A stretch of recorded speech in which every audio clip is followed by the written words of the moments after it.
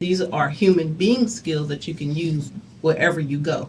It Yeah, doesn't make it and doesn't that's a matter. great point, because knowing how to not only give CPR, which you kind of think of, but what if someone were to fall or have a bad cut or pass out or all kinds of things that could happen to them, you're prepared. Yes, thank you to Captain McKenzie, because these are universal skills.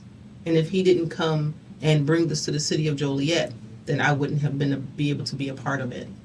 So with that, what started this? What gave you the inkling that we need this here in Joliet? It's a great question, and it goes all the way back actually to when I was in high school. Back in 1990, when the Plainfield tornado happened, I remember my dad, who was a police officer. He was gone for the better part of a week. Never came home because he was working, trying to help, all the folks who were injured and all the damage that had happened.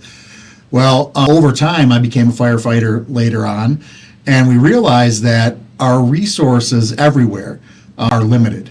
So when a disaster happens, we are in dire need of the community to actually help us in the beginning stages of a disaster. So we have 219 awesomely trained, wonderful firefighters. We have going on 300 police officers, but in a disaster, that's not going to be enough. We need to have members of the community who are trained, and that really came to a head. One of our first members was actually a retired firefighter named Tim Carlin, who was a Joliet firefighter when the tornado occurred in 1990. And part of the issue was they needed volunteers to help them in the initial stages of that disaster. So that's where it all started, and in Joliet at least. So it's a very important thing to have members of the community who are actually prepared and who can actually act if a disaster